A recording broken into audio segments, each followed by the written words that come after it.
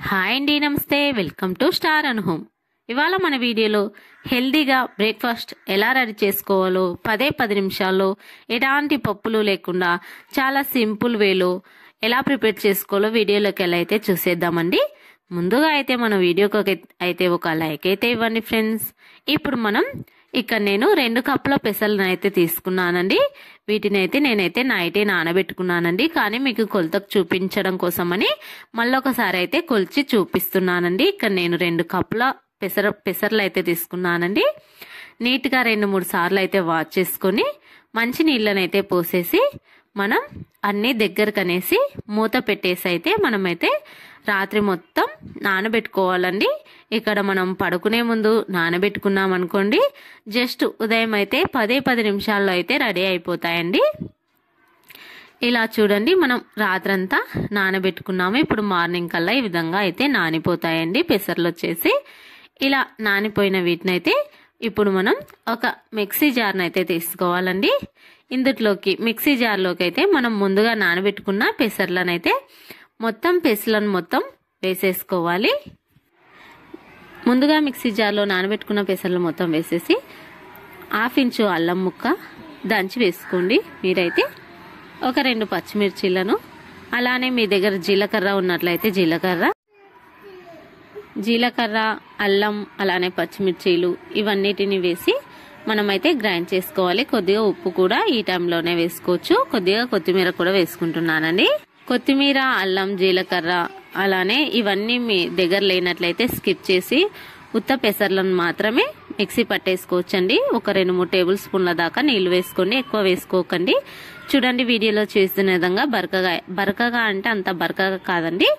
మనం మామూలుగా అయితే పెసరట్టుకు పట్టినట్లు మెత్తగా అయితే పట్టుకోకండి, కొద్దిగా గట్టిగానే పట్టుకోవాలండి. ఈ బ్యాటరీ వచ్చేసి ఇలా పట్టిన ఈ మిశ్రమాన్ని ఒక బౌల్లో వేసేసుకొని అయితే మనమైతే 2 సార్లు అయితే 2 సార్లు వేసుకోండి, 3 సార్లు అయితే 3 సార్లు వేసుకోండి. నేనైతే ఇక్కడ నాకైతే అన్ని పెసర్లు పెద్ద మిక్సీ జార్లో అయితే వేసుకున్నానండి. మీ దగ్గర చిన్నది ఉన్నట్లయితే 2-3 సార్లు అయినా వేసేసుకోండి. ఇలా మొత్తం బ్యాటరీని అయితే ఒక బౌల్లోకి వేసేసుకున్న తర్వాత కొద్దిగా మిక్సీ గిన్నెలో అయితే నీళ్లు వేసుకొని మళ్ళీ ఆ నీళ్ళను కూడా ఈ గిన్నెలో వేసేసుకొని మొత్తం అంతా కలిసేలాగైతే ఒకసారి అయితే కలుపుకోండి. మనకు ఇడ్లీ బ్యాటరీ ఏ విధంగా ఉంటుందో కన్సిస్టెన్సీ వచ్చేసి అదే విధంగా కలుపుకోవాలి. ఇలా కలుపుకున్న తర్వాత మనమైతే ముందుగా పెసర్లు నానేసుకున్న కప్పుతో అయితే 2 కప్పుల పెసర్లు కదండి, 1 కప్పు దాకా సూజీ రవ్వను అయితే వేసుకోవాలి. బొంబాయి రవ్వ అని కూడా అంటారు కదండి, ఆ రవ్వను అయితే వేసేసుకోవాలి. ఇలా రవ్వ వేసుకున్న తర్వాత ఒకసారి చక్కగా అంతా కలిసేలాగా అయితే కలుపుకోవాలి. ఇలా కలుపుకున్న తర్వాత మనమైతే ఇక్కడ ఏ కప్తో తీసుకున్నామో అదే కప్తో 1 లేదా మీ దగ్గర ఉన్నట్లయితే 1 కప్ దాకా పెరుగు వేసుకోండి, లేనట్లయితే 1/2 కప్ దాకా పెరుగు అయితే వేసుకోండి.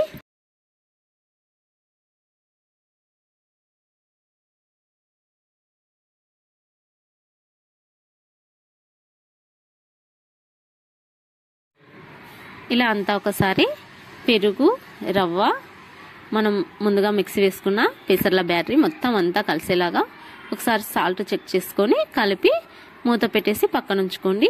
ఇప్పుడు మనం చట్నీ కోసం అయితే ప్రిపేర్ చేసుకున్నామండి. చాలా సింపుల్గా 5 నిమిషాల్లో అయిపోతుందండి. టేస్ట్ మాత్రం చాలా చాలా బాగుంటుందండి. ఇక నేను మీడియం సైజ్ టమాటాలను అయితే లావుగా ఉన్నవైతే 4గా కట్ చేసుకున్నాను, చిన్నగా ఉన్నవైతే 2గా కట్ చేసుకున్నాను. పెనం మీద వేసేసుకొని ఒక 2 టేబుల్ స్పూన్ల దాకా ఆయిల్ వేసుకొని చక్కగా వీటిని వేయించుకోవాలి. చూడండి, ఈ టమాటో పచ్చడి అయితే అస్సలు చాలా చాలా బాగుంటుందండి. టేస్ట్ మాత్రం నెక్స్ట్ లెవెల్లో ఉంటుందండి, చాలా చాలా బాగుంటుంది. ఈ టమాటాలని వీడియోలో చేస్తున్న విధంగా పెనం పైన వేసేసుకోవాలి. 2 టేబుల్ స్పూన్ దాకా నూనె వేసుకోవాలి. తర్వాత ఒక 4-5 వెల్లుల్లి రబ్బలను అయితే పొట్టు తీసుకొని వేసుకోవాలి. అటు ఇటు తిప్పుకుంటూ కాల్చుకోవాలండి. చూడండి, వీడియోలో చేసిన విధంగా కంపల్సరీ మంట హైలో ఉంచుకొని అయితే కాల్చుకోవాలండి. ఇవి బాగా మంచిగా అయితే కాలిపోవాలి. వీటిని కాల్చుకునేటప్పుడు కొద్దిగా మంట హైలో ఉంచుకొని కాల్చుకున్నట్లయితే బాగా కాలిపోతాయండి. చూడండి, వీడియోలు చేసిన విధంగా ఇలా వీటికి పైన స్కిన్ అయితే తీసేసుకోండి. లేదు మాకు స్కిన్ కావాలనుకున్న వాళ్ళు అలానే పెట్టేసుకోండి. ఇలా స్కిన్ మొత్తం తీసేసుకున్న తర్వాత వీటిని మిక్సీ జార్లో అయితే వేసుకోవాలి. కొద్దిగా కారం వేసుకొని రుచికి సరిపడా ఉప్పు వేసుకొని మెత్తగా అయితే మిక్సీ వేసుకోవాలండి.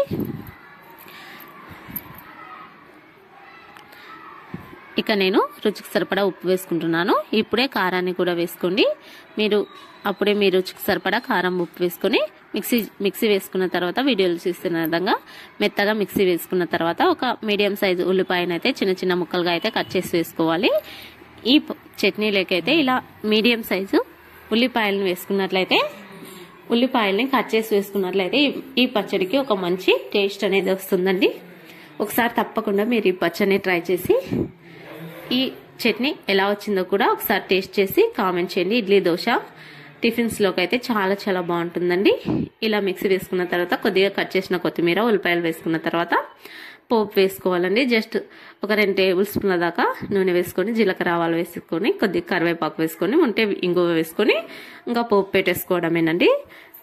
చట్నీ అయితే చాలా సింపుల్ గా అయితే అయిపోతుందండి.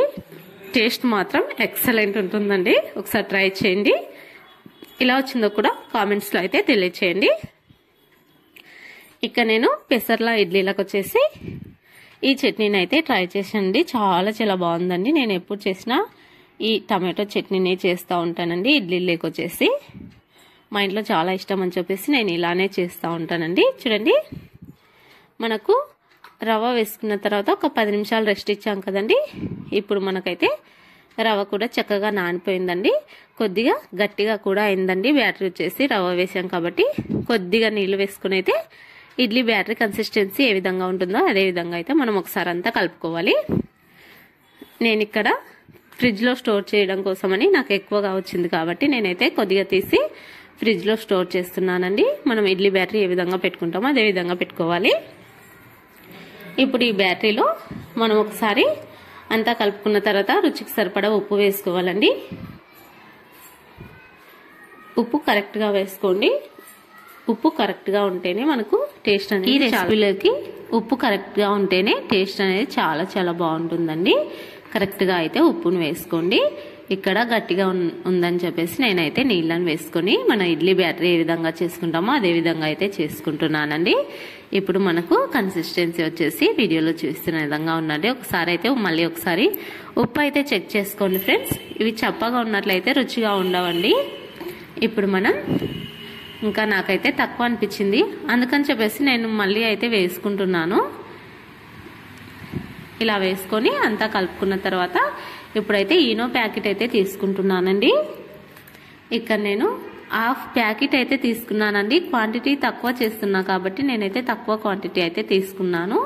మీరు ఒకవేళ ఎక్కువ క్వాంటిటీలో చేస్తున్నట్లయితే ఒకటైతే తీసుకోండి. కొద్దిగా నీళ్లు వేసుకొని మొత్తం అంతా కలిసేలాగా అయితే కలుపుకోవాలండి. ఇక్కడ ఈనో వేయడం వల్ల ఇడ్లీలు అయితే చాలా స్పాంజీగా అయితే వస్తాయండి.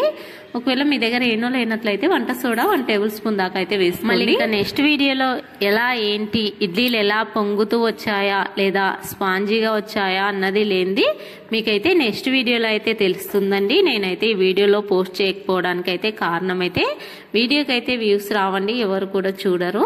ఎంత కష్టపడి చేసినా వీడియోకి వ్యూస్ రావు. అలానే అందరూ మహిళలే చూస్తున్నారు కానీ ఎవరు కూడా వీడియోని అయితే లైక్ చేయడం లేదండి.